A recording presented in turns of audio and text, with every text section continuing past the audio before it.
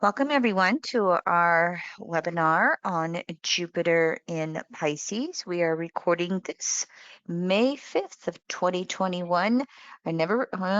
Happy Cinco de Mayo May for 5th, those yeah. of you. Cinco de Mayo. I don't even know what that celebrates, I'm afraid to say. I'm sorry. It's Mexico's Independence Day. It's Independence Day for Mexico. Oh, okay. I get it confused with their Day of the Dead, but that's always Halloween or something. So anyway, wow, can you believe that we're already working with Jupiter in Pisces? And I'm sure that you're probably looking at these 3 dates on your screen. I will those, all right, but just before we get started, here's our housekeeping slide.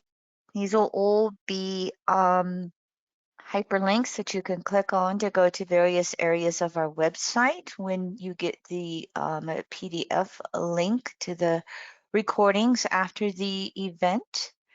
And Jupiter in Pisces, I always like to put in the previous cycles because Jupiter is a 12-year cycle around the zodiac. It's conscious enough for us to remember back 12 years or 24 years, 36.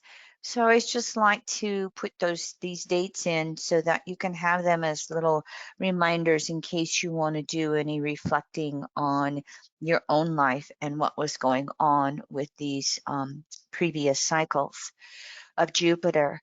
And so here are those 3 dates again, and I'm going to take a little bit of time and talk about this for you, okay? Jupiter in Pisces is actually sandwiched in 2 retrograde cycles. The first retrograde cycle in 21, it's going to retrograde from Pisces back into Aquarius. And then Jupiter's retrograde cycle in 22 is going to dip into Aries and go back into Aquarius. So here are the dates on your screen again that I showed you before. The first cycle of Jupiter in Pisces is going to last just 2 quick months. And then we're going to have Jupiter go back into Pisces for 5 months. And then finally, we'll have Jupiter make a third dip into Pisces for another 2 months.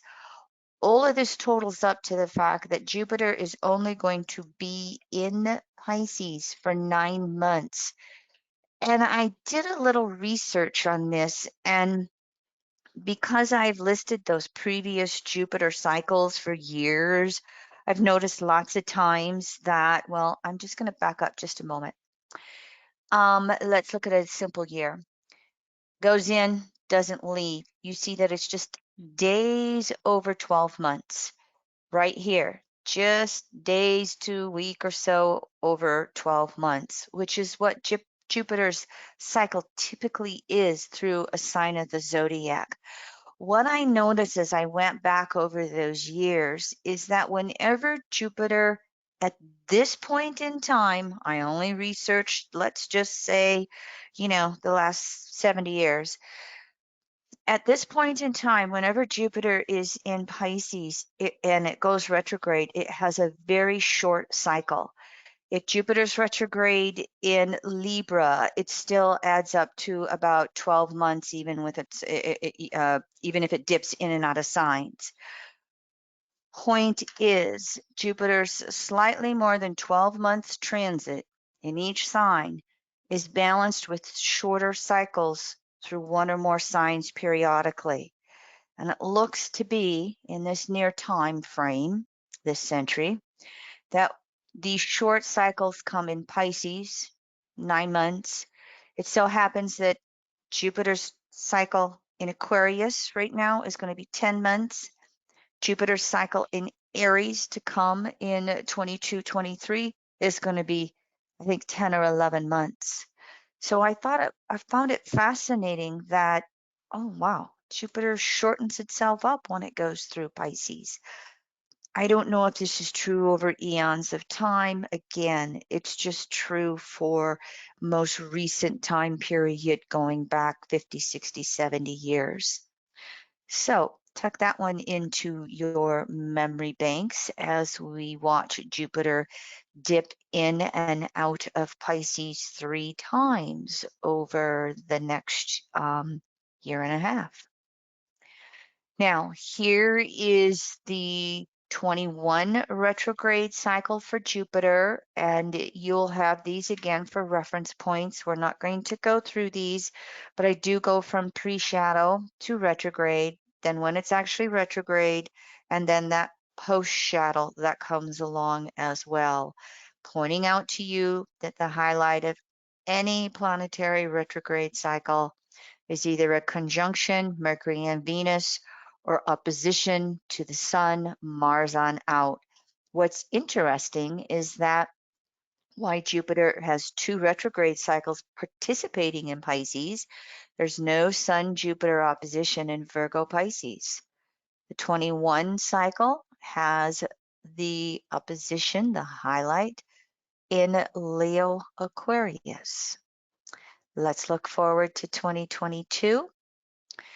Here again, pre-shadow, retrograde, post-shadow, dipping in and out. And here the opposition in the 2022 retrograde cycle is Libra and Aries. And I thought, oh, that's interesting too. This is, there anytime we have Jupiter in a sign for almost a year, there's always its retrograde opposition to the sun. Not in Virgo Pisces. I didn't research back to see what it was like last times that Virgo dips in and out of that. So just put this up there for your own entertainment or research or pondering purposes if you want to look into that in more depth. So I'm going to go through these archetypes of Jupiter kind of briefly. In EA, the planet that rules the sign and its natural house are interchangeable archetypes in EA. They are one archetype. Jupiter, right brain, intuition, that's sixth sense. Jupiter, growth, assimilation, integration. What we look at as timeless universal truth and spiritual understandings, EA shortens this up into the phrase natural law.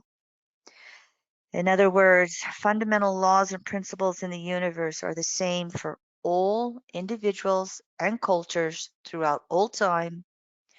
Yet we humans will conceive and conceptualize and express these natural laws in a diversity of cultural and individual ways that many times condense down into religious dogmas.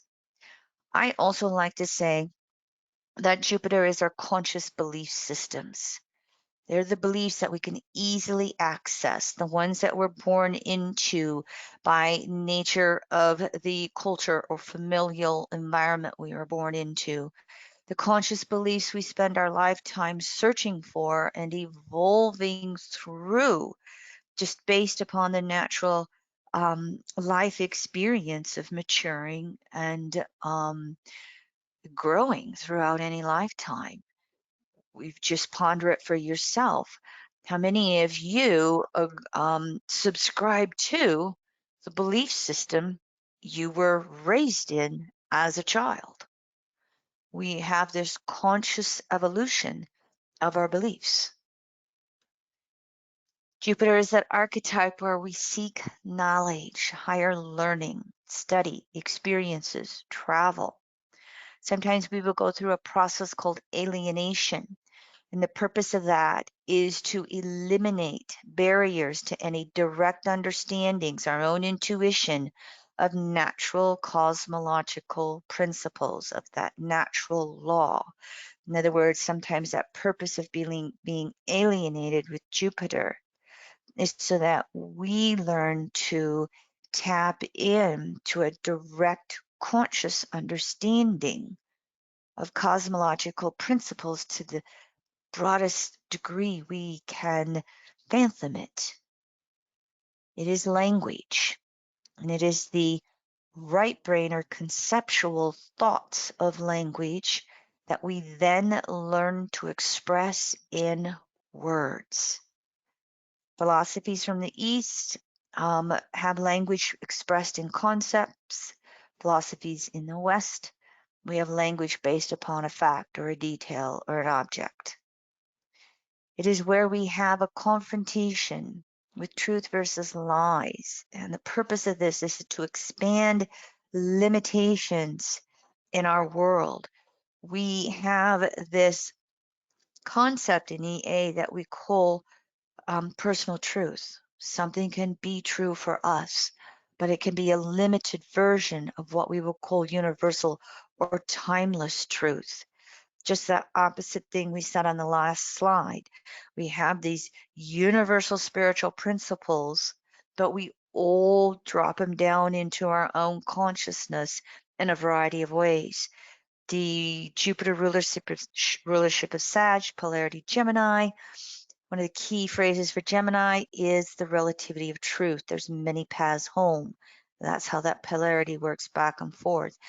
And little detail to note is that when we don't have the courage sometimes, or we don't have the conscious understanding of what our truth is, we can get into compensation. I will adopt someone else's beliefs in order to get along, or I will adopt, XYZ beliefs in order to be secure. We're going into compensating on what is authentically our truth or our ability to tap into universal truth. That can also lead to this whole process of alienation that comes with the Jupiter Sag ninth house archetype. Jupiter is also visions of the future, and they may or may not be accurate. Sometimes on an individual level, they are a reflection of subconscious desires, and it creates self-fulfilling prophecies. It creates denial of self-responsibility. It's meant to be. I know that we're meant to be together as we cry over the lover who has left us. Collective or planetary visions of the future, they may or may not come to pass because even on a collective level, humanity has a free choice to evolve or de-evolve, quite frankly. I let this in. Jupiter Sag, it started a brand new 12-year cycle in the solar, its own zodiac. I don't know if that's the correct word, but Jupiter rules Sag. So it started its own 12-year cycle then of expanding individual and collective visions and understandings of our beliefs. Of course, 2020, just think about last year, Jupiter and Capricorn wanted to condense those beliefs down into new realities and laws. You can think of it from the perspective of inclusive, moving toward giving, sharing, including, Black Lives Matter, All Lives Matter, or exclusive, moving towards the taking, hoarding, and excluding. And we, saw that carried on, if you follow politics, with the big lie, as Donald Trump has proclaimed the election last year. I won't preach to the choir. Jupiter in Aquarius, which we're still going to see it go back into Aquarius for 5 more months yet in 21. A growing recognition of societal laws with fairness for all or not. An example of Republican legislatures passing laws to make it harder for people to vote. Many times people of color or people who are impoverished. Who knows? An unintended consequence may also be the elderly for Republicans. Stay tuned. We'll see how this unfolds through Jupiter and Aquarius. Before we move into Jupiter and Pisces, I just want to take one concept because you're going to learn that in my EA language, I say Jupiter's our conscious beliefs. Neptune is our unconscious beliefs. Neptune rules Pisces. Well, the Virgo Pisces axis deals with these human-made religious distortions of what square to Sag calls those natural spiritual principles, natural law. And so, in general, consensus, approximately 7 out of 10 souls on planet Earth, any continent, any culture, any religion, any race, approximately 7 out of 10 follow the lead. Ah, cow. I'm a farmer's daughter, so those of you who know Jeffrey Volume 1, where he called it herd state, well, I was raised on a farm. I'm very familiar with the cattle following whoever's in charge, the lead cow. Our human-made religious conditionings want to teach us 3 principles. God is male. God is outside of us, judging us. Old man, long white beard on a cloud. God is perfect. Well, why would something perfect create this mess? So, very easy for us to recognize this is an imperfect world and we are imperfect humans. And as religion has made us feel guilty for our imperfections, we have 2 responses to this guilt. We have the victim and masochist, where we have guilt based upon atonement. I deserve this. I must be better. I need to suffer. I have to self-sabotage. And then we have the victor sadist, which is guilt based upon anger. How dare they judge me? How dare they go after me? I'm going to get them before they can hurt me. Both are distortions of natural spiritual laws and principles, which are always found in nature. And that's basically that universal source is an energetic force beyond a gender. And it is everywhere, inside, outside. And we know universal source out in the world to the degree that we sense it inside of ourselves. And finally, source is an evolving force. It is a co-creative process. I like to tell the Virgo planetary energies, every self-improvement step you make, source evolves the co-creative process. So this is a very strong underpinning to Jupiter's transit through Pisces as it stretches out over this next year and a half. So what we have with Jupiter and Pisces is the merging of our conscious and deepest unconscious belief systems. Jupiter, as we said, those beliefs we know on a more conscious level. Neptune, Pisces, 12th house, some of the deepest levels of our unconscious beliefs that we aren't even aware of. And the beauty of Jupiter and Pisces is it's going to bring us an evolving awareness of these deep unconscious belief systems. Now, one of the EA phrases for Pisces is the collective consciousness, unconsciousness, or as I say, it's the totality of consciousness and unconsciousness for all species, not just the 2-leggeds. This includes the 4-leggeds. This includes flora. This includes the minerals. It's everything and anything. It is Gaia. It is that living, breathing energy on planet Earth that we call Gaia. And Jupiter in Pisces is going to make more and more conscious for all of us individually and collectively. One of the specific ways where I think this is definitely going to happen is an evolving energy, understanding, and therefore hopefully actions in regards to climate change. The Pisces archetype rules nature in all its natural, raw states. That includes the tornadoes. That includes the hurricanes. That includes the earthquakes. That includes nature in all its way. And so, from the perspective of evolutionary astrology, we understand that Neptune, 12th house, and Pisces are a composite. They include all 11 archetypes that came before them.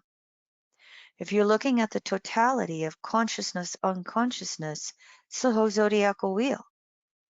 So this archetype is this totality of life on planet Earth. And with Neptune, Pisces 12th, we can include other planes of existence. We can include the non-physical beyond those forms. So again, Jupiter is making us aware of so much more. I'm going to work a little bit with how it can be so confusing. But can you see if the last archetype contains all 11 that came before it, it is a complex archetype. And you in EA, we have this phrase, observe, correlate, observe, correlate. You really have to do that when things involve Neptune, Pisces, or the 12th house, because they can go anywhere. They're the great actors of the zodiac.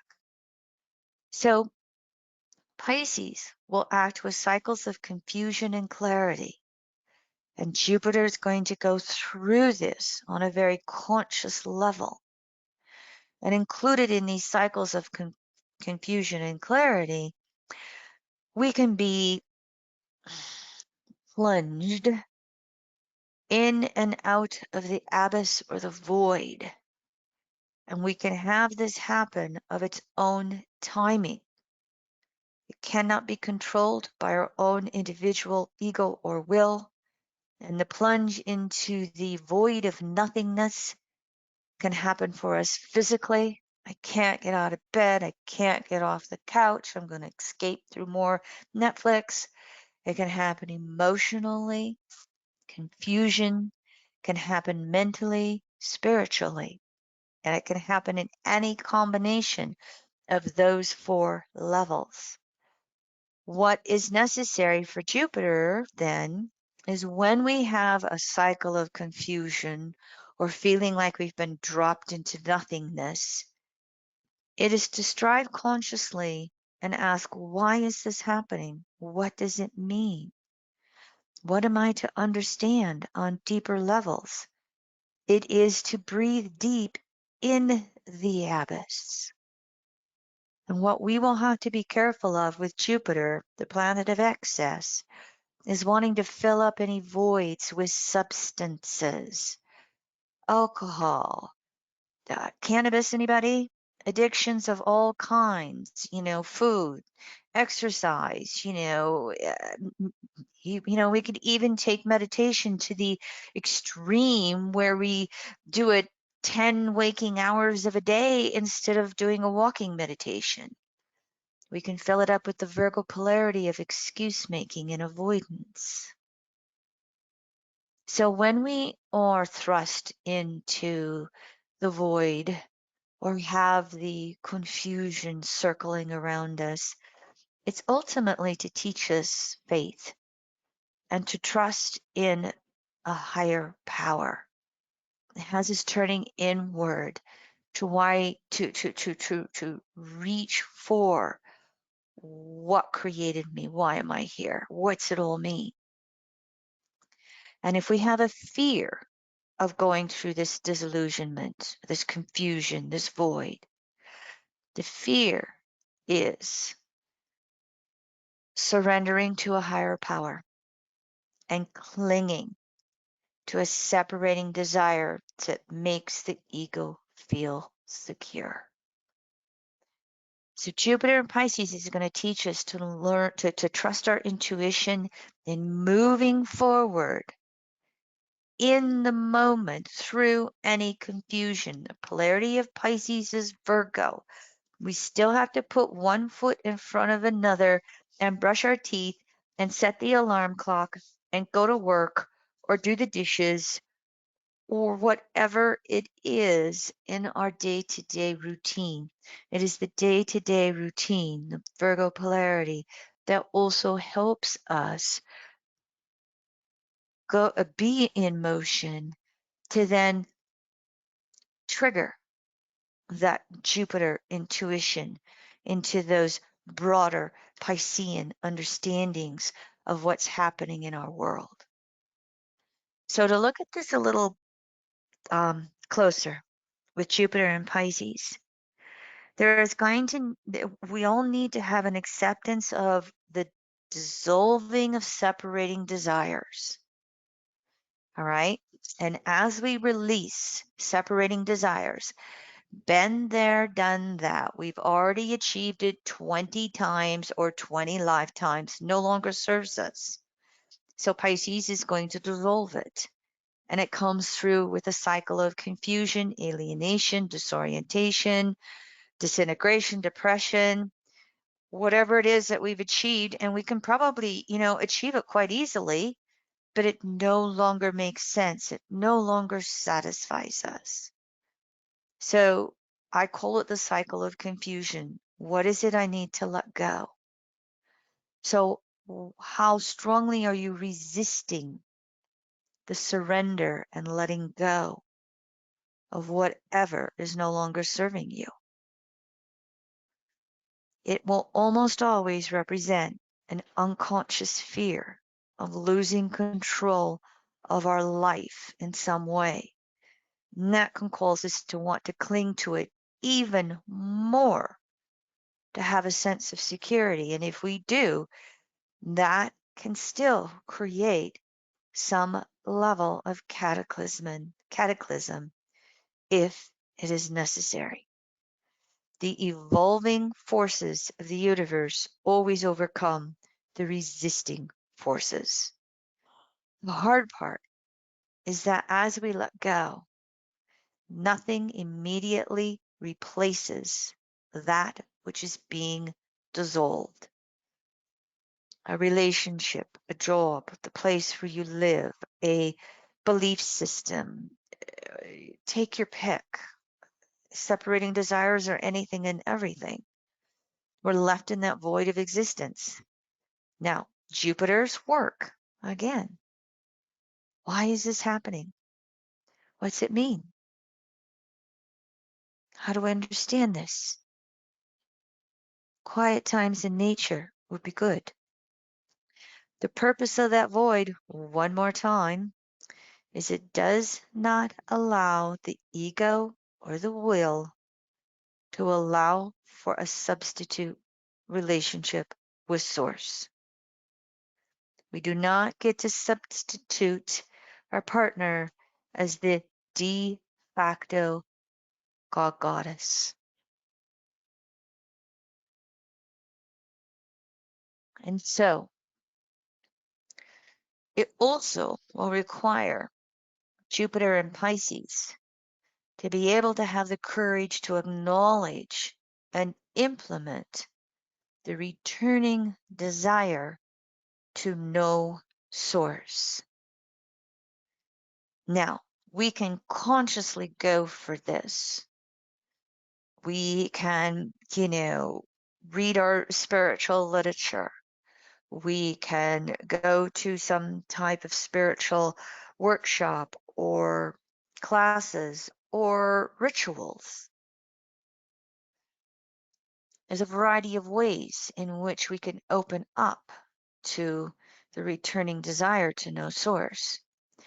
How it can many times typically happen, and this can especially be in the consensus consciousness, but it works consensus, individuating, and spirituating. We will somehow magically come out of the void and shift into a cycle of clarity.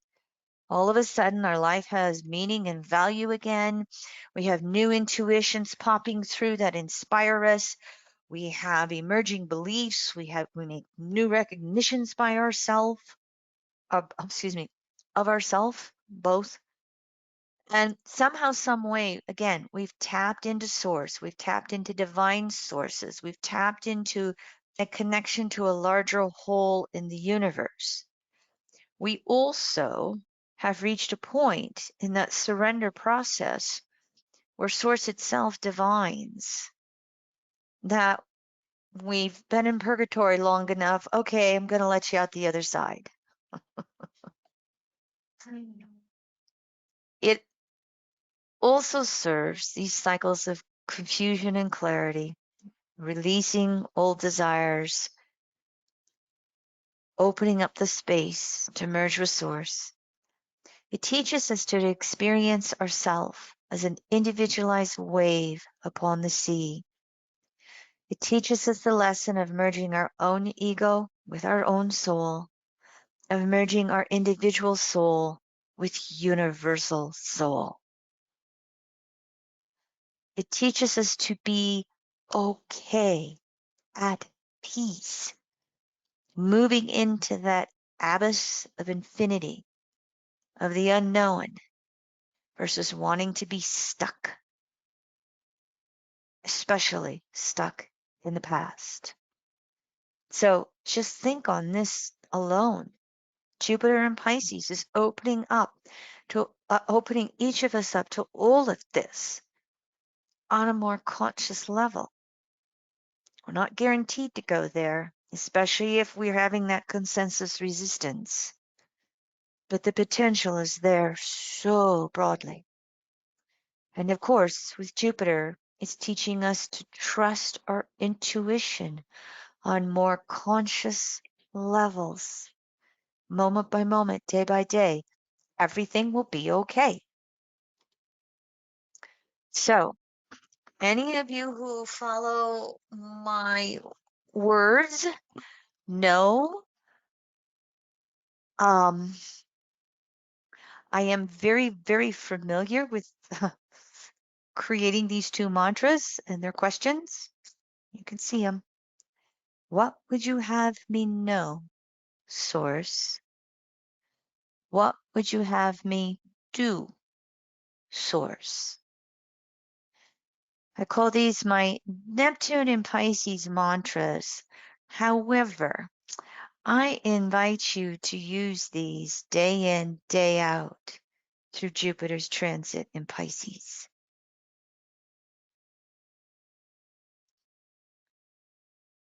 Pisces rules the dream world, and so Jupiter in Pisces is going to be activating our dream world. It's going to kind of lessen the what do I want? It's going to lessen that veil between the conscious and unconsciousness. Where it relates to dreams specifically, we have three. We have those junk dreams that we all go through, in which we clear out the excess thought that we were just saturated and bombarded with in today's world. How many of you will watch a TV show or movie and dream it? I have Sun, Mercury, Neptune, 1 to 2 degrees Pisces. I have to be very, very careful with what I take in before I go to sleep. Past life dreams. Typically, with those, there's a real strong disorientation on waking. We don't immediately recognize where we are at. And then, of course, those super conscious dreams, which is where we are having messages from other sources. What we have to be careful of is, again, Jupiter falling into self-fulfilling prophecies. I had this dream. I know it's meant to be. I know it's going to come true. And if it is just us trying to project ego forward, for instance, it can be quite disillusioning when it does not come to pass. Leroy, I just happened to notice I got a little message. You sent Fertiluse the wrong link. I don't know if you got that corrected or not, but I thought I'd just give you the little heads up. And so we also, with the archetype of Pisces and Jupiter's transit, are learning some lessons of the ultimate process of judgment. Ultimate judgment. There are many, there's more than one archetype in EA ruling what we call judgment. When we look at it from the last archetype, what we are learning how to discern Virgo and Intuit, Jupiter, Pisces, is human-made versus universal standards of right, wrong conduct. And specifically here, Jupiter is learning to discern and intuit the difference. Yeah, just remember, Jeffrey, so many times, you don't need a book to tell you not to put your baby on the Autobahn, the German freeway system. You know, we don't need certain, you know, religious dogmas to tell us, you know, it's not natural to be mean and cruel to other people and even other species. Along with that, in this whole concept with the Virgo Pisces polarity, in the fact that, you know, Virgo is the process to perfect, the self-improvement. Pisces is that potential for perfection. But as we've discussed already, this is an imperfect world. And so what we learn with Pisces and Jupiter's lesson for this next year and a half is judging the intent of the effort versus how it came out. So if we are sincere in our intention and resolve to perfect, to self-improve, then that is the standard in which we will judge ourselves and others. And my example is, it doesn't matter how many times you fall off the bicycle, you get on and try and pedal one more time. It doesn't matter how many times you succumb to the bag of potato chips, you throw them away one more time. Doesn't matter how many times you fail. What matters more is that you make one more effort. That step-by-step process. So it really will also teach us to be careful about judging others unless we've walked a mile in their shoes, so to speak. And of course, I put this in every time because I think it's always important for us to be able to remember this about Jupiter. Jupiter expands everything. You know, if one, the Lay's potato chip commercial, if one potato chip is good, the whole bag is great. And so Jupiter will expand everything to excess, good and bad. And I say this as we look at another concept here. When Jupiter moves through Pisces, it's going to be increasing our awareness of altered states of consciousness. And this is Pisces domain, and it reflects that desire to merge with Source. Source isn't necessarily something we can look at and say, oh, I see you, you know, you're green like the grass. No, it is non-physical. And so we've got to sense it. And so Jupiter in Pisces is going to increase our sensitivity to substances of all kind.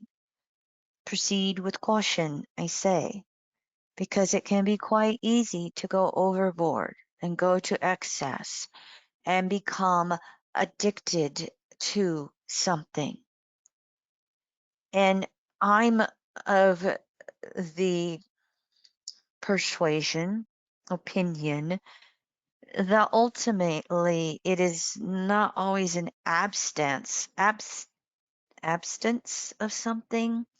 If we are extremely addicted, yes, we have to be able to go without.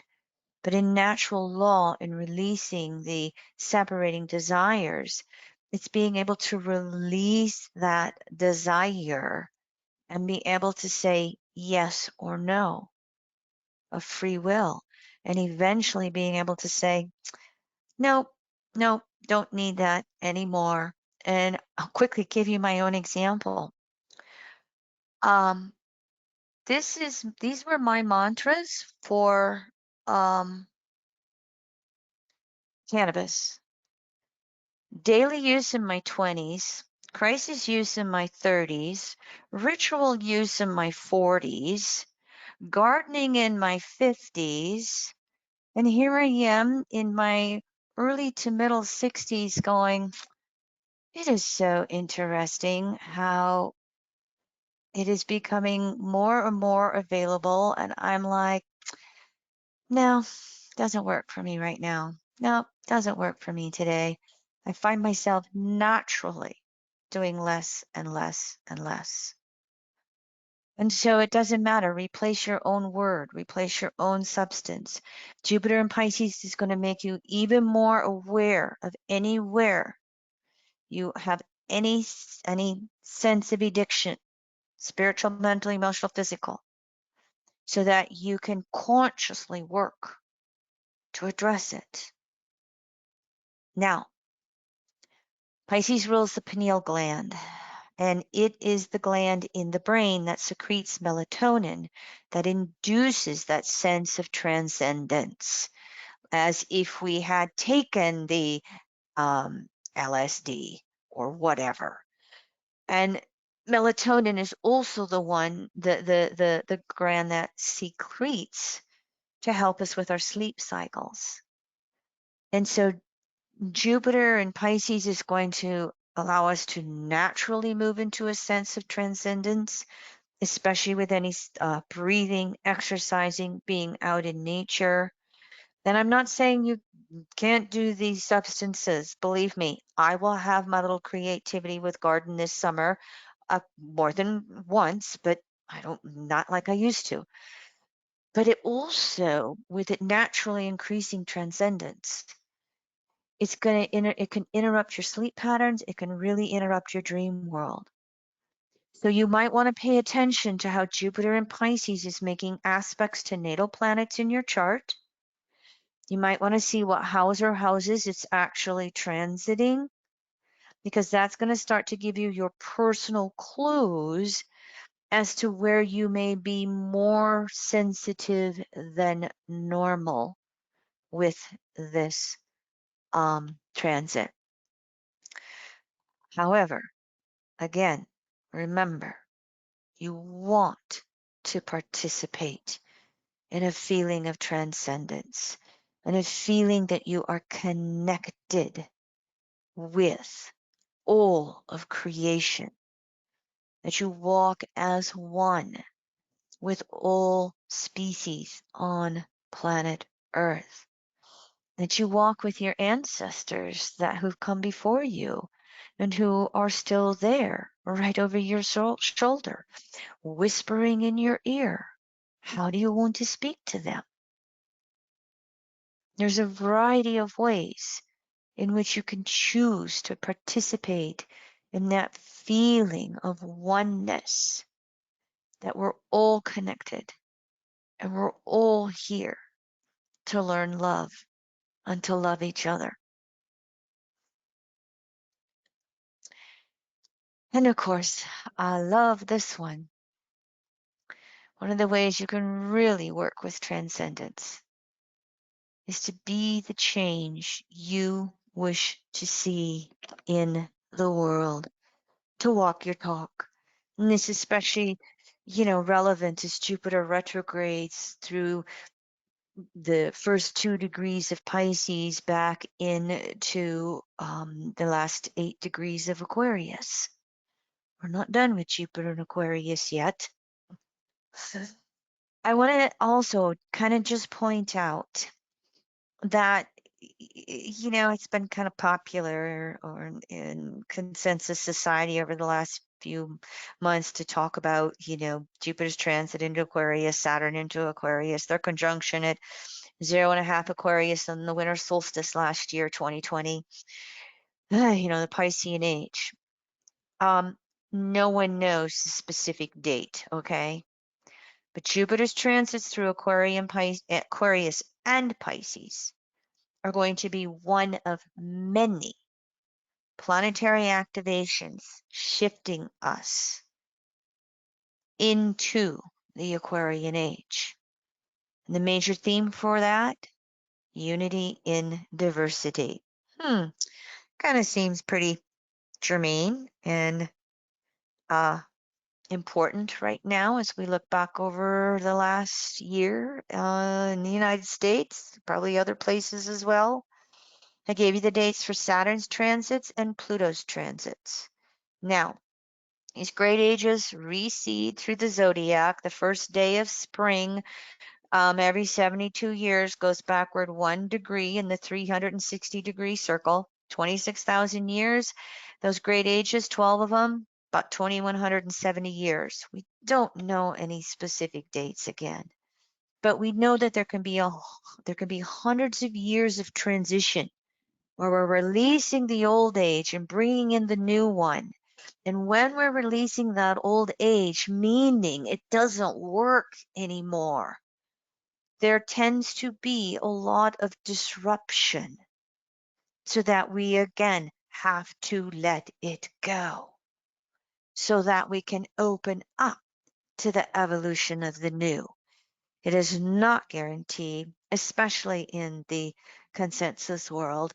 But if you just look at this from the perspective of climate change, we will realize in this near time frame, the next 100 years or less, that we cannot, excuse my burp, pollute and release all these carbons into the environment like we did, like we used to. So that alone, I think, is going to be a huge shift with this Piscean to Aquarian age. Now, for those of you who want to have maybe something for a date, years ago, Jeffrey Green and Stephen Force, back when they were known as the Pluto Brothers, I want to say this is the 1980s, but I can't remember for sure. Maybe it was the 90s. They did a workshop that turned out to be 2 books, Measuring the Night, volumes 1 and 2. And on the tail end of the book, in the back end of those books, they put in Mark Robertson's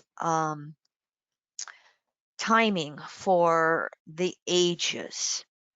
And he puts the beginning of the Aquarian age at 2060. Leroy, honey, if you're listening, you're reminding me of something. Can we create another PDF? And because those books are out of print, I think the best that I know. I Well, yeah, have the PDFs. Can we just put links to that on this page? sure, that'd be fine. Yeah, just we just got to do the same process Okay. that we did with the Saturn Pluto. For those of you listening live, remember you're going to be able to go to the PDF and you'll get a hyperlink, and we'll have, I think there was 3 or 4 pages.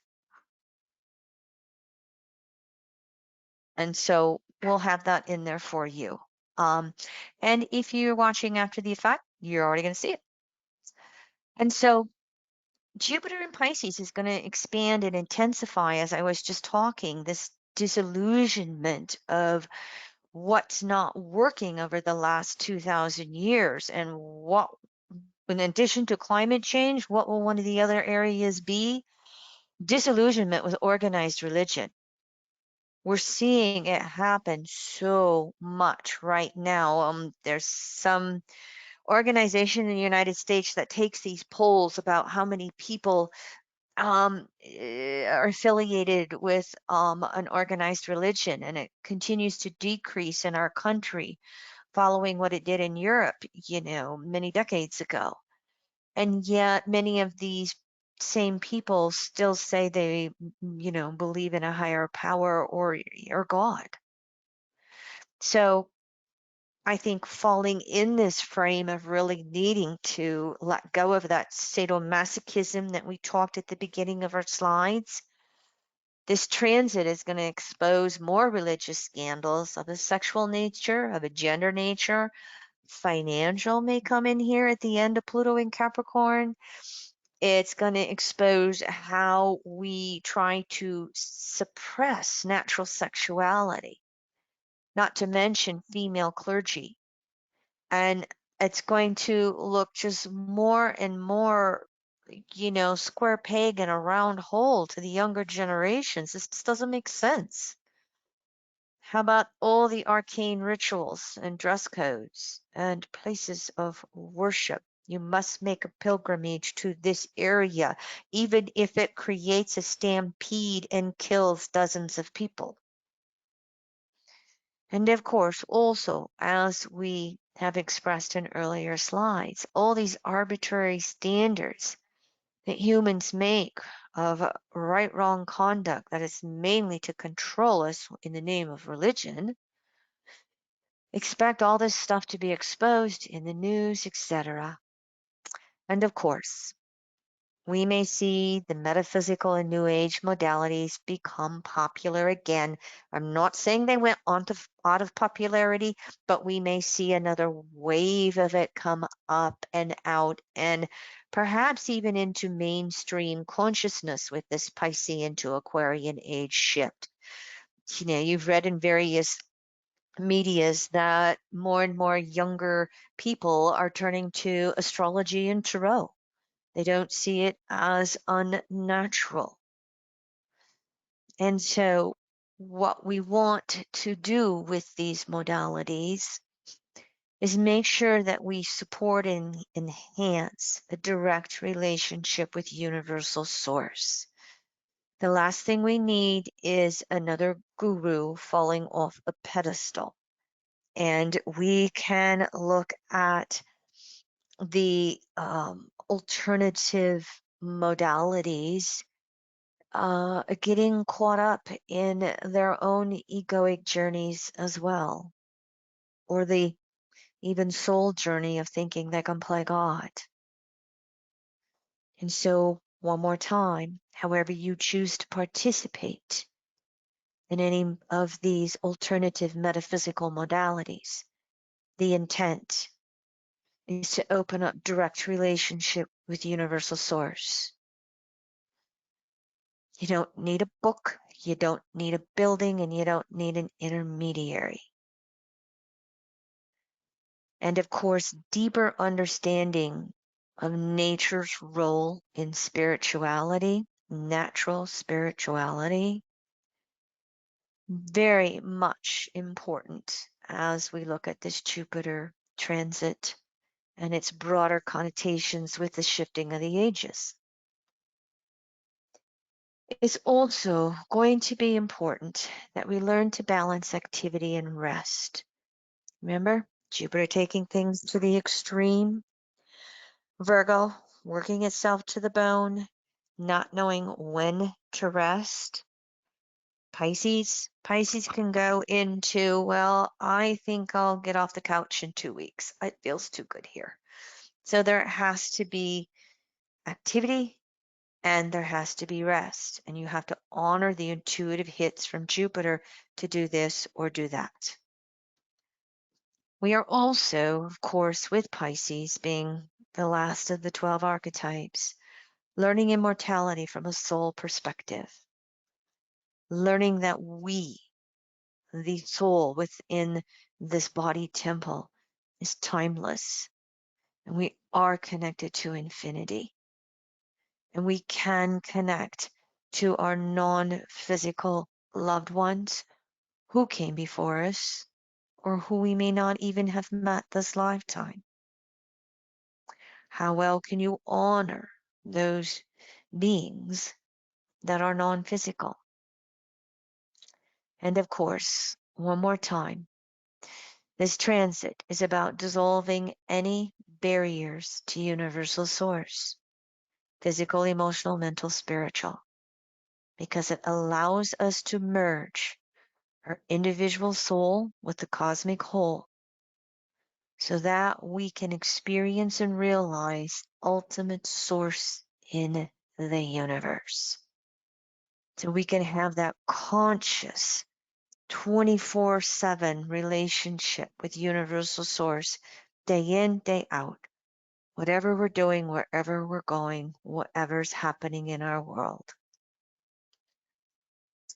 Here come the aspects. All right. I forget to say this. If you have questions or comments, you can always type them into the Q&A board. Leroy is always on the webinar with us, doing his best to handle all of that techno detail and answer questions and opening up the board, or um, sharing them with me if he doesn't know a specific answer. So in EA, we work with the cycle of phases and aspects. I always like to put this in here as a reference, just in case anybody is a little bit newer to astrology. We always start with the slower moving planet as the 0 point, and we go counterclockwise to the faster moving planet. So faster moving planet is always compared to the slower moving planet. And what I'm going to do this time, put these in here one more time.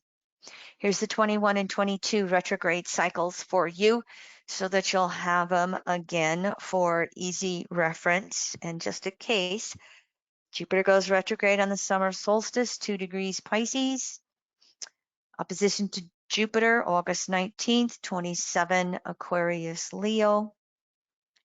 And then Jupiter direct October 18th, 2220 Aquarius. And then here's next year's retrograde cycle as well, so that you've got this for reference points as time goes by.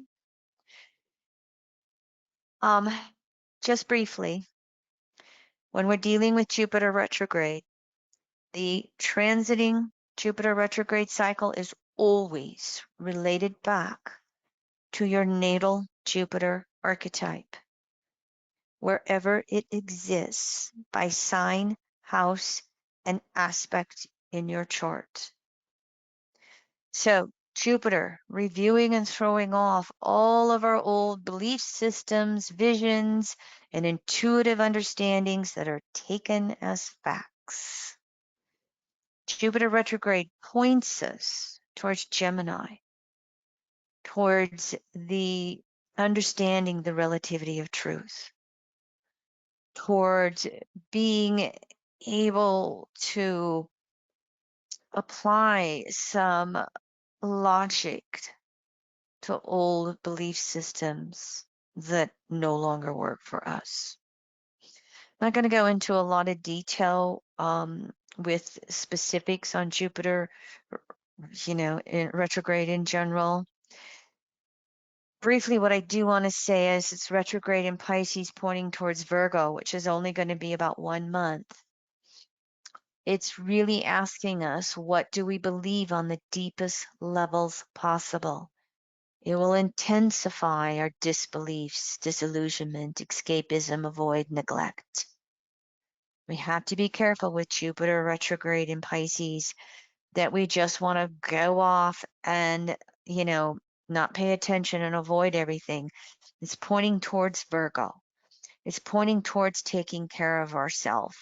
It's pointing towards self-improvement day by day to help us move forward in evolving, deepening our beliefs. And of course, searching for the next connection to source is best done on that daily practical basis. Now, Jupiter is going to retrograde back into Leo Aquarius for 3 months, and so we're going to continue with what is my role in society. And we have to be careful of wanting to ignore humanity and be selfish. We have to be careful with wanting to just do social media and technology escapes. So we're meant to be reviewing trauma, searching for the objectivity around it, liberating ourselves, along with liberating our beliefs. Beliefs are conditioned thoughts. Change your thoughts, change your beliefs. So it points towards Leo and asks us to search for personal productivity in our changing world. I thought that with Jupiter retrograde, it might be nicer to do a visual of the Virgo polarity. I love this one. Our main purpose in life is to help others. And if you can't help them, at least do not hurt them. There's a lovely one for you. Quite easy. The Leo polarity. Well, we've been familiar with Jupiter and Aquarius. How are you going to participate as a social being on planet Earth? What will you do moving humanity forward? What will you do helping us shift from the Piscean to the Aquarian age with this itty bitty transit of Jupiter and Pisces, yet is still quite deep and profound? I'm going to start with the slower moving planets in doing aspects. Typically, I do Mercury. I'm going to go the opposite this time.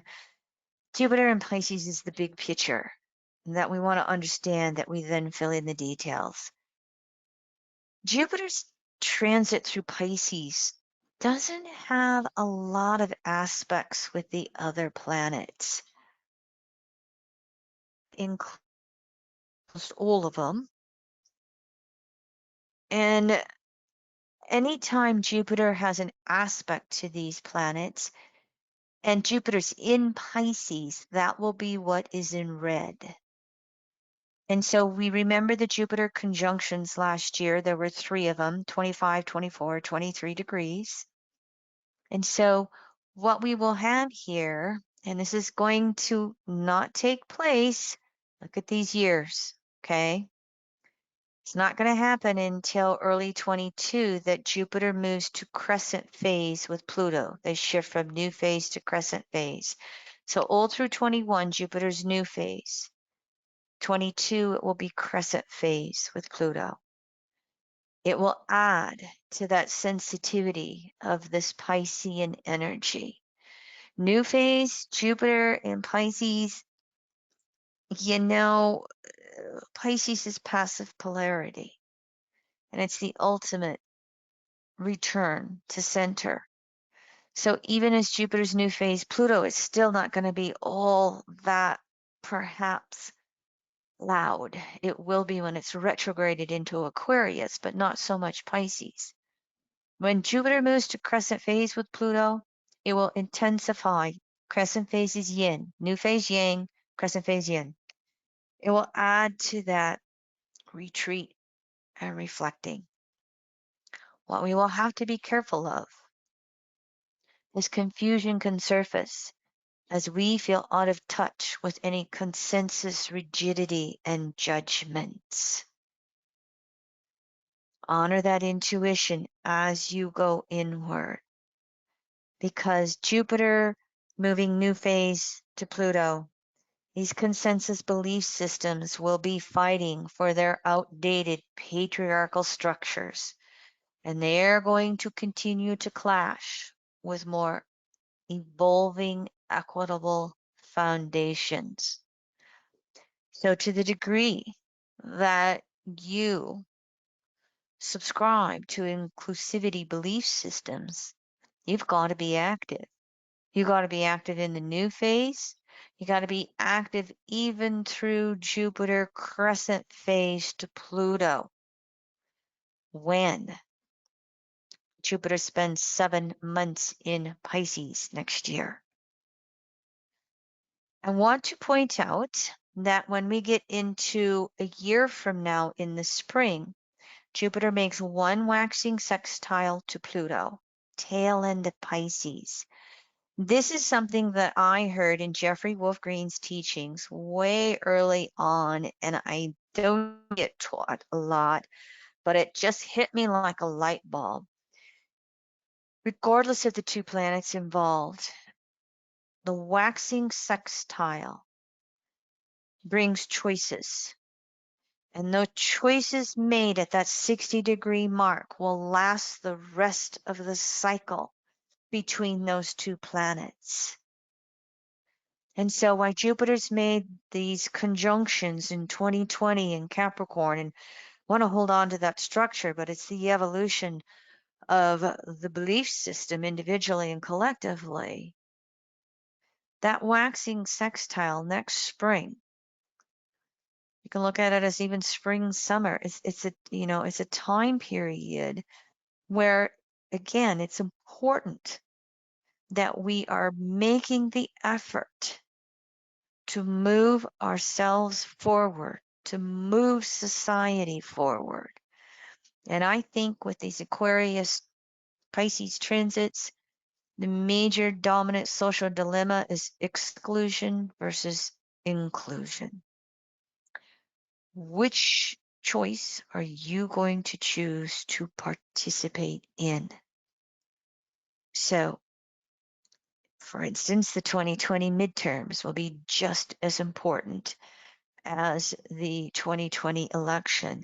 They may be even more important because we already see the intent in the United States of these state legislatures to, create transgender bans, with sports, or even taken the hormones under 18 in my state. We see them trying to make voting worse and harder. We can see all kinds of social, issues that they will try and take us back to yesterday on. So just because there's only two aspects here, do not think that this Jupiter waxing sextile to Pluto is not important. It is. I would say that you want to refer to this webinar more than once. I specifically wanted to produce this the first time that Jupiter went into Pisces. I invite you to watch it again the second time Jupiter goes into Pisces, and I invite you to watch it the third time that Jupiter goes into Pisces. Just as refreshers, keeping you moving yourself forward. So Jupiter is going to, well, it just made a waning semi-sextile to Neptune a little over a month ago. There will only be one conjunction to Jupiter and Neptune. That will occur next spring. And you're going to start to get, oh, next spring. Next spring. Oh, okay. 23, 24 degrees Pisces. I'm considering this the strongest of the Jupiter in Pisces aspects because it is the death and rebirth of its cycle with Neptune. And this conjunction is taking place in Neptune's own sign. So that rebirth of our belief systems on its deepest, broadest levels, and how can we consciously participate in that? So Jupiter balsamic to Neptune, working through those last 30 degrees. It also, and most of 21, can intensify cycles of confusion and disillusionment if we are not open to letting go of what no longer serves our soul. So on an individual level, watch where you're attempting to escape. I just want to go enjoy the summer and play. Watch where you are succumbing to overindulgences of any kind, physical, emotional, mental, spiritual. Honor the depression if it comes. Honor the confusion. Honor any sense of helplessness. Why do I feel this way about the state of the world? What does it mean for me? What does it mean in deepening my relationship with Source? And as I do that, what does it mean for me to co-create? So Jupiter balsamic Neptune, here's the prepping for the conjunction. Do your best to strengthen your belief system and connection to universal source. One more time, 24/7, 365.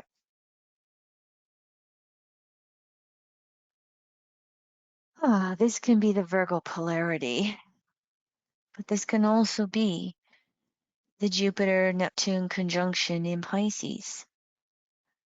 I have a tendency a lot of times to tell clients The relationship you have with God, Goddess, is identical to the relationship you have with yourself. And the relationship you have with yourself is identical to the relationship you have with God, Goddess. They are one and the same. And if you can Piscean, wrap your mind around that one, accept it emotionally. I mean, it can allow for that relaxation into everything will be okay.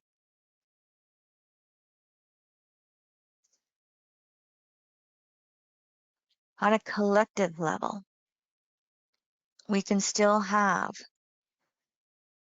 consensus societies just attempting to ignore the needs of the poor and the sick. Out of sight, out of mind. Oh, I had my year of COVID shutdown. They're on their own. We gave them some money. I don't care about dealing with anything else. We have some of the worst social support systems in the industrialized world. And the Aquarian planets are asking us to do something about it. The Piscean planets are the opportunity to really recognize it, to really do as Jesus the evolved human taught, taking care of the least of us. So we can see different religious groups having to face this dilemma. Do we go down the conservative path of the big lie and throw all the immigrants out? Or do we really want to take care of those who have less, who need the helping hand up, who would benefit from the teaching of how to fish? So we will see exposures of a lot of hypocrisy and probably wealth inequalities and abuses, maybe not only by, various megachurch clergies, but also by various members of societies.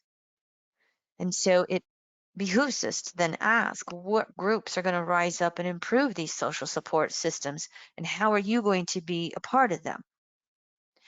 So one more time, I do think, and especially as Jupiter moves through Pisces, because when it's transiting Pisces, even though it's not in specific aspect to Neptune until April 22, the two of them in Pisces together can expand climate change events that involve water. So we may see these rising sea levels more and more in the news. We may start hearing conversations as well as maybe, city, state, country plannings with desalination plants, especially if our drought in the Southwest continues. Stay tuned. We will find out.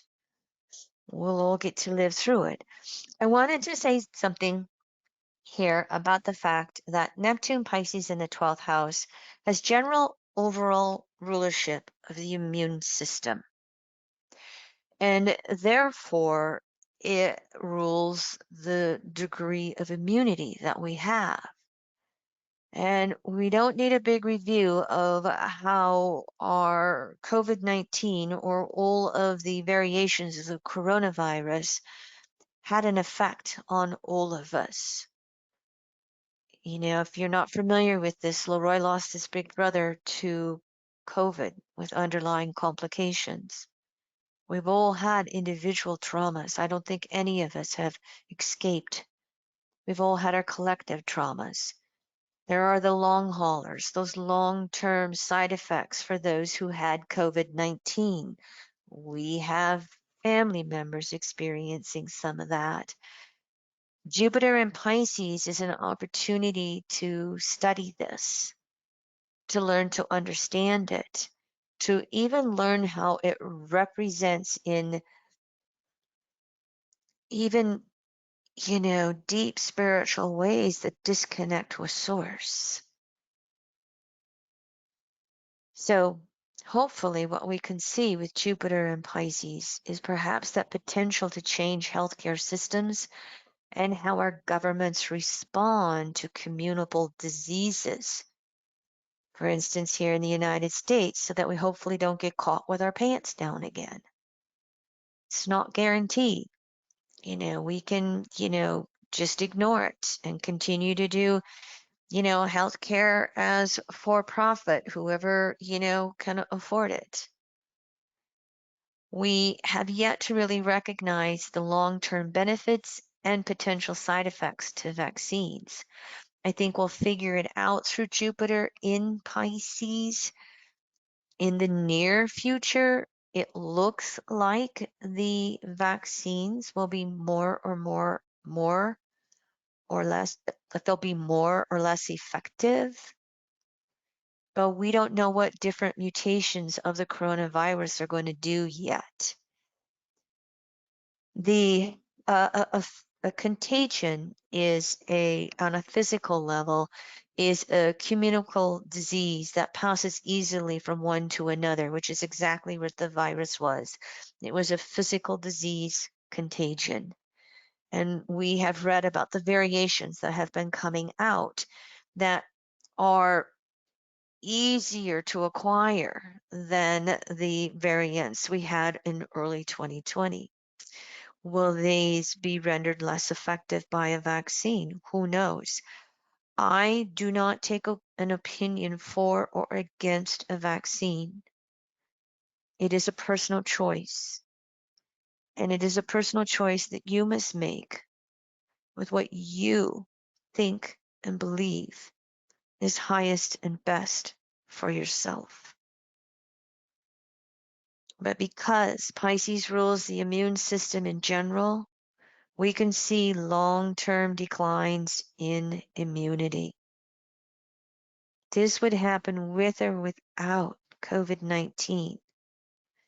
When a planet has a long-term transit through Pisces, it can have an effect of, again, declining our immune system, especially if we are not in sync on spiritual levels with our divine creator, however we perceive it. But it also is possible that we can see these long-term declines in immunity that come specifically from COVID-19. We're already hearing some of these of, people who have all kinds of tiny little clots in their lungs, or people who are more susceptible to heart disease, or whatever the areas are. So I want to say that through Jupiter's transit in Pisces, it is extremely important that you day in, day out, Virgo effort, diet, exercise, and rest, really work to support and improve your immune system. There are no substitutes for diet, exercise, and rest. You probably don't have to tell, any of you, the more plant-based your diet is, the healthier it is. I've been someone who's been into herbology, used to tincture my own herbs. That's how Leroy and I really connected. He would buy my herbal tinctures from me, and he bought my immune system tinctures. Because he had I can't remember, 1 or 2 year time period when our son Forrest was really young, that Leroy chose to work in the daycare that Forrest went to so that he could continue to be with him. Well, he kept getting, colds and flus and run down with all these little breathing, sneezing beings running around. So he would take my immune herbs and astragalus root, elderberry, I also like to put Arco and Cat's Claw in the general category of improving our immunity as well. And of course, any of the blood purifying herbs, the milk thistles to improve your liver, the dandelion root, yellow dock root, dandelion, yellow dock. There's a third root that I'm forgetting right now, but it's easy to get those types of blends. Bless the internet. You can just go immune support herbs, blood support herbs, liver support herbs, wherever you may have a weakness in your temple, you can go search the herbology for that. Jupiter in Uranus. Uranus rules contagion, and so Uranus was part of this picture of these slides earlier. Jupiter's transit through Aquarius, Saturn's transit through Aquarius. Jupiter will make one waning sextile to Uranus, again, early 22, as you see on your screen. It will be last quarter phase, and so there's going to be potential for collective insights into what is no longer sustainable, Uranus and Taurus on planet Earth. I call Uranus and Taurus one long climate event, one long Earth event. And so do we see more and more collective Earth events? And do we see individual outer security disruptions, which is Uranus and Taurus, that lead us inward for deeper meaning to our life? Jupiter in Pisces, waning sextile. What's it all mean? We can also have it on a practical level. We've already been seeing this, and I wonder if they're just going to continue in various ways, shifting and going and shifting and going.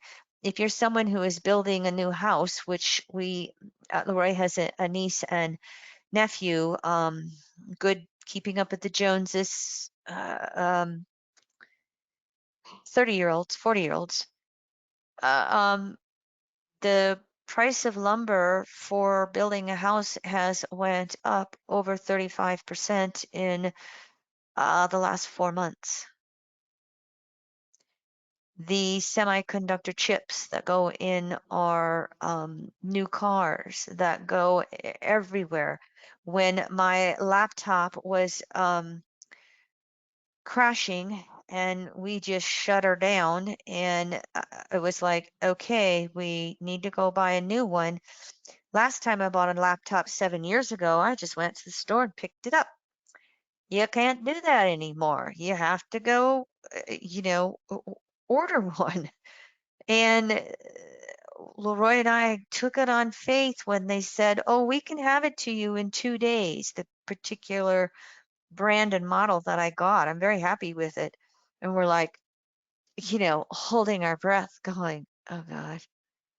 Well, we got it after the order was placed. We got a receipt of your order, and then we got one that said, oh, your order will show up in 3 weeks. And I go, Leroy, I can't go with the 3 weeks without a computer. So here is more of Uranus and Taurus, and Jupiter will have interactions with this all the way throughout Pisces. And I think one of the ways that it will affect us is a reemergence of recycling, and just really working with self-sustainability, especially as we look at the garbage we put in the ocean and etc. We can still see extremes of materialism as a substitute for spiritual relationships, as a substitute for the search for the divine. But it also can bring the potential to simplify our life and see how well we can release materialism. Do we really need this, thing in our life? Do we really need that thing in our life? How well as Jupiter is last quarter balsamic phase to Uranus, as Jupiter is balsamic phase to Neptune. How well can you release things?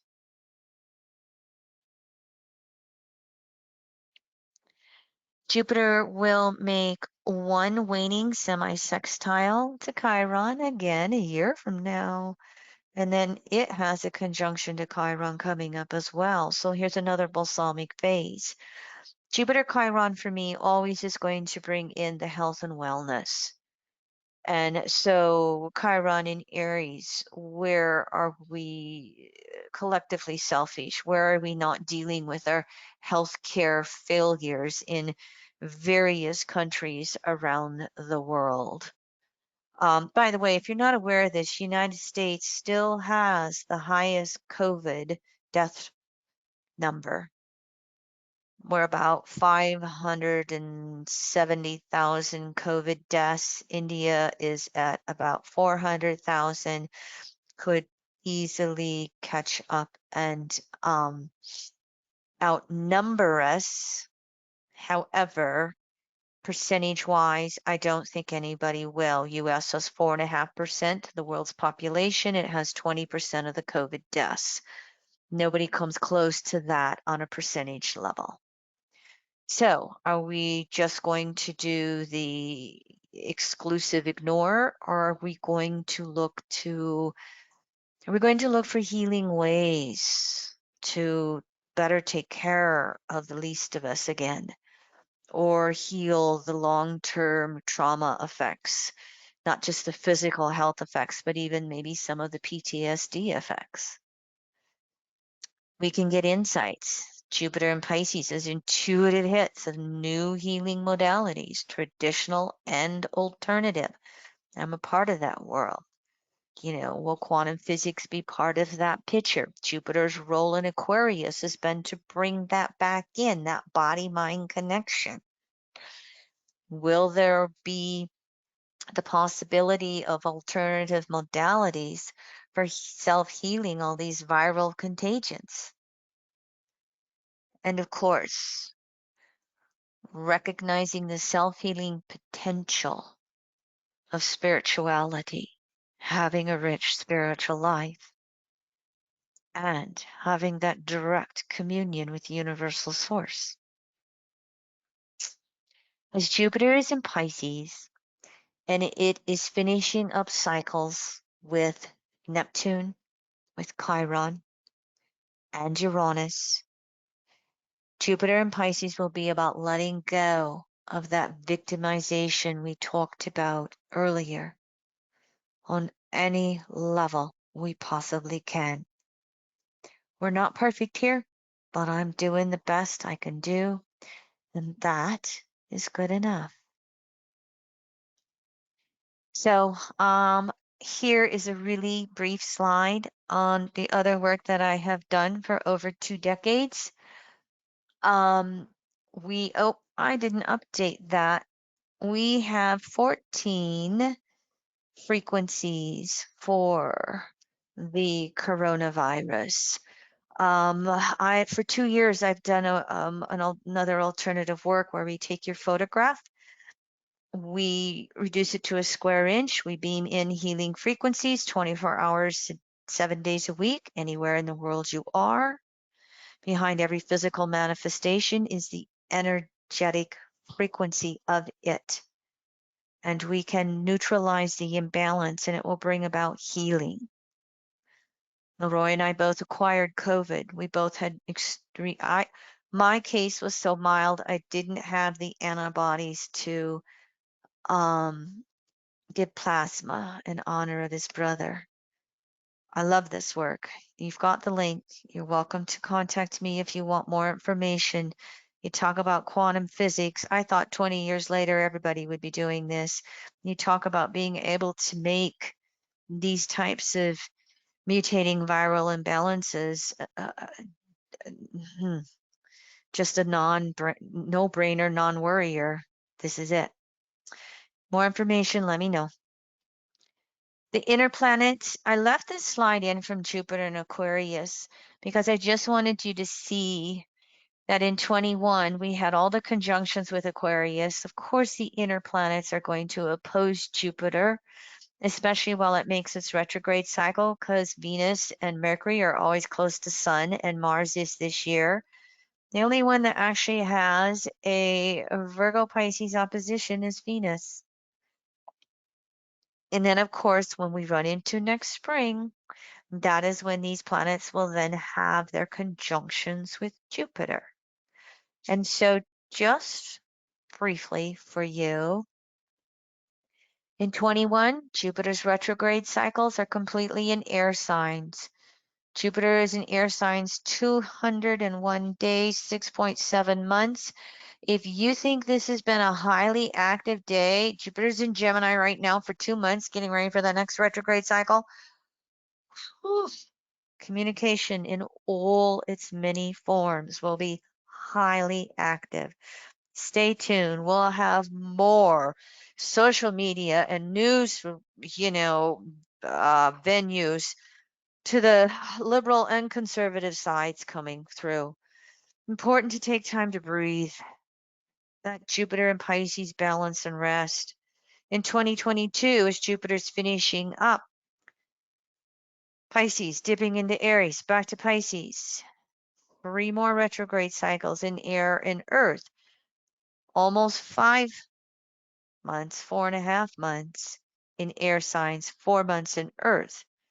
And here, all that air communications is going to have to find some reality foundation, earth element. Stay tuned. So I looked at that and I thought the sensitive Jupiter in Pisces is just totally surrounded by Mercury retrograde cycles aspecting Jupiter in Aquarius and Jupiter in Pisces. And that invisibleness of Pisces, sometimes by choice and sometimes, why can't you see me? Well, here it is in living form through the Mercury retrograde cycles. It may mean that we have to watch that desire to escape. And I suspect that the Mercury aspects with Aquarius and Aries are not going to let us. But we still, though, can utilize Jupiter and Pisces to quiet down, listen to our intuition, make sense of the bigger picture. And that will calm Mercury down as it is so busy in the air signs this year, next year. So just briefly, I have these dates. You'll have them to refer to on the PDF. If you look at the year 2021, Mercury does not make a major aspect. Yes, you can go through the minor aspects and see if there's a semi-sextile or a sesquisquadrate. Mercury moves so fast, I stay to the larger aspects or the more well-known ones. So here in 2022, Mercury has the conjunction earlier in the year, waxing sextile, waning trine, waning square. Not a whole lot of interactions. But again, all planets have phasal relationships with each other, whether there's a specific aspect or not. Venus has a little more, and in case you're not aware of this, Venus has a retrograde cycle coming up here, the winter solstice to the end of January 22, 26.5 to 11 Capricorn. Ooh, we've been having cloudy skies and a little bit of rain. We are close in the next few days of having Venus in the evening sky. Our evening star is showing up and it's going to be there with Mercury. You definitely want to be looking for those in the month of May out there. The only, I guess we have two. The first one is Cap Aquarius and the second two, what are they? Waning, yeah, waning sesquisquadrates are involve Jupiter in Pisces. I just put one long sentence. We will continue to force an evolution of our values as our belief systems, Jupiter in Pisces, and social support systems, Jupiter in Aquarius, undergo the lingering traumas of financial upsets in a post-virus world. While we seem to be having an economic boomerang, I still think we may see things up, down, touch and go, touch and go.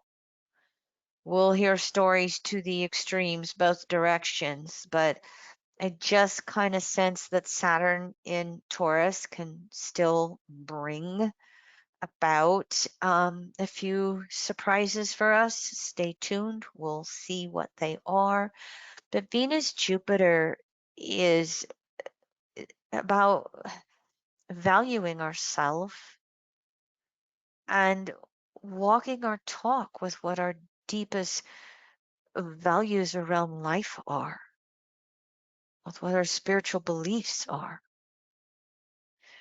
So we'll touch on this one during the Venus retrograde class. I did put this in here because Venus and Jupiter are two of the archetypes that really work with finances. And for those of you who are not aware of this, I'm a big advocate of public banking. I included another hyperlink for you.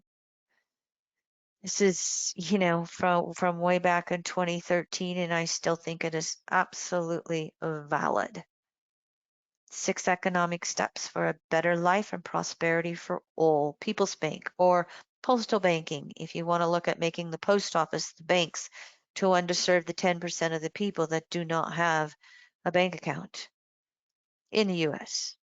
Universal health care, community assets, leveraging city assets, blah, blah, blah.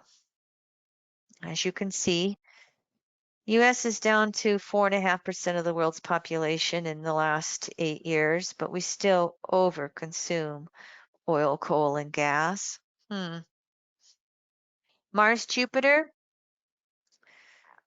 we have that opposition this summer, and here again, early next year is when all of the Pisces aspects are going to be active. We see Mars make the waning half of aspects to Jupiter. And so, as it winds down a zodiacal cycle to catch up to Jupiter, having that conjunction a year from now in early Aries, this impacts how we are going to act upon the beliefs that are most important to us.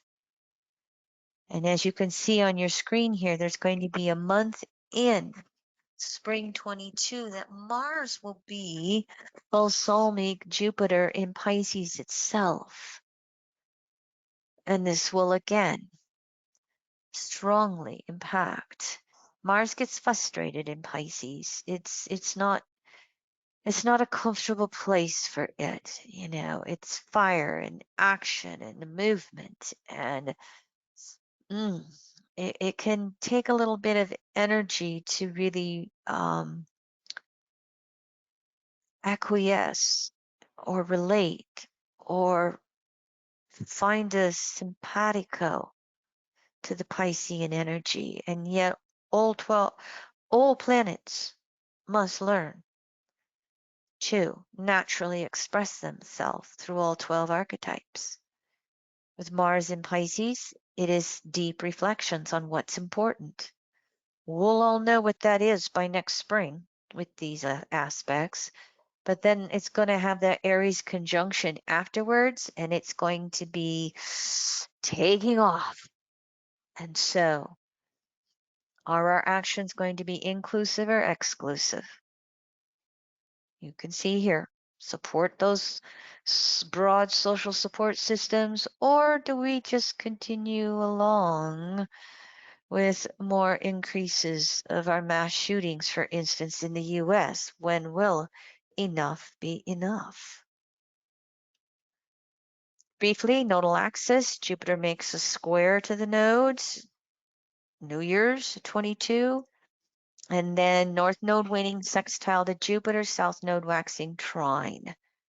Probably the biggest thing is going to be the square to the nodal axis. So the end of 21, early part of 22, we can, have the lies, deceit, and confusion be going full steam ahead.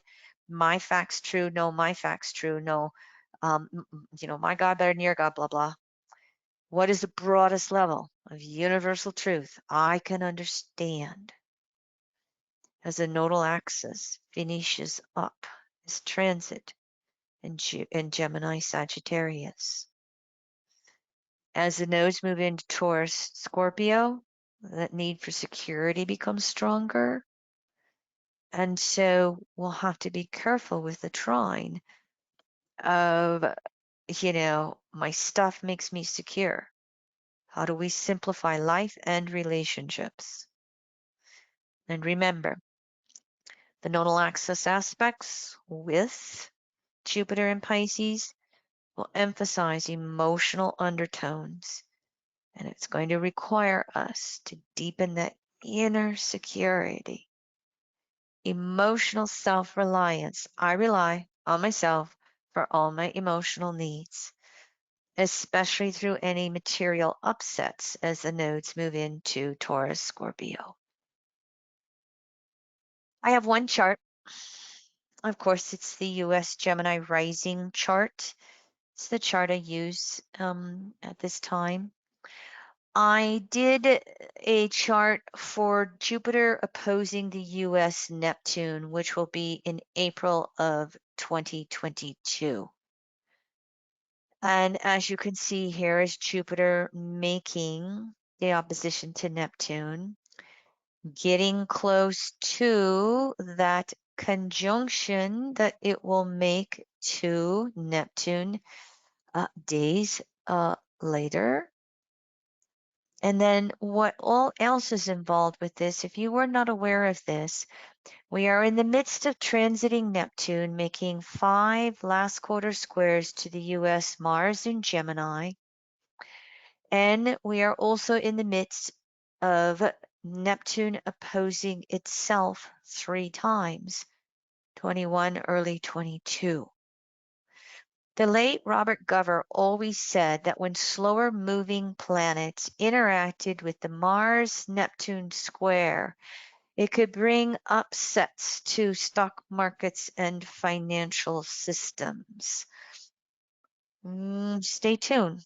Let's see where things go with all of this. So we could see possibly the financial implications. We could also see perhaps religious and or spiritual implications here in the United States. I will show you my next chart, and all that slide. All that is the dates and the degrees of the aspects that Jupiter and Pisces makes to the planets in the US chart, and it activates everything. Can come back to this, but I'll show you this. I put the trines and sextiles in blue. I put squares oppositions in red, and I put the minor aspects, as they're loosely called. I don't consider them minor, but I put all the other aspects in as well.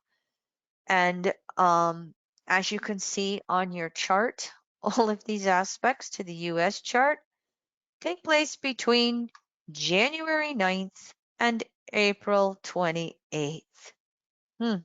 First 4 months of 22. Have you gotten the importance of the beginning of 22 yet? I may have to have a revisit of Jupiter in Pisces a year from now.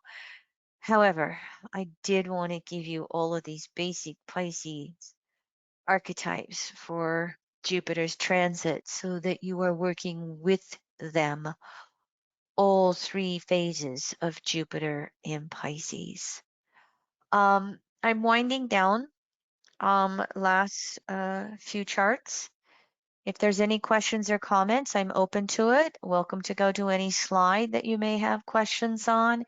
Because Jupiter is having a 4-year window of conjuncting all of the outer planets, I like to list those. You know, it was just last year that Jupiter turned new phase to Pluto and Saturn. We worked with it being its balsamic here to Chiron, Uranus, and Neptune. And so this is an important 4-year time period of really having a lot of death, rebirth, a lot of shifting of our conscious beliefs and understanding of what is truth, what is lie, what is a fact, what is an alternative fact, according to some political people. So again, as we wind down, if there's any questions, you're welcome to, or comments, you're welcome to um, interact. I know those of you who listen to webinars with me, you're very used to me just winding my story, and I thank you for that. This is an invocation that there's my, look at how my red dot just ended up there. This is an invocation that I made up for myself almost 40 years ago. And I would say this before every session I would do with a client. I would say this before every class that I would teach. Over the years, I would just say it whenever I had anxiety or didn't feel good or was worried or whatever. I'm just going to say it once, but you can actually go through 3 verses with it. Spirit of God Goddess, come through us. Mind of God Goddess, speak through us. Heart of God Goddess, love through us.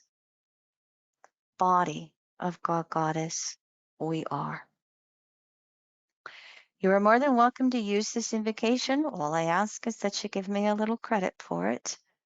But it has been very, very comforting and inspiring and calming for me. All right. I am really taking some time off this summer. Who of us isn't after our COVID year last year? The only thing I have on the schedule right now is we always do a free Mercury retrograde webinar, and I have this scheduled for Wednesday, May 26th. Mercury goes retrograde Saturday, the 29th. You'll get an email notice about it to register if you would like. All right. Comments, questions? How are you, Mr. Leroy? Enjoying the webinar, just like the rest of us. Yeah. So thank you for all the research, Kim. It was worthwhile for sure. Well, here, I think that I would like to just remind everybody of these dates one more time. Okay. 2 months, 5 months, 2 months. And so I invite you to review this webinar each time that Jupiter re-enters Pisces over the next year and a half, so you can make the most out of this transit and your reconnection to source energy in however it is best for you. All right, last call. Comments or questions?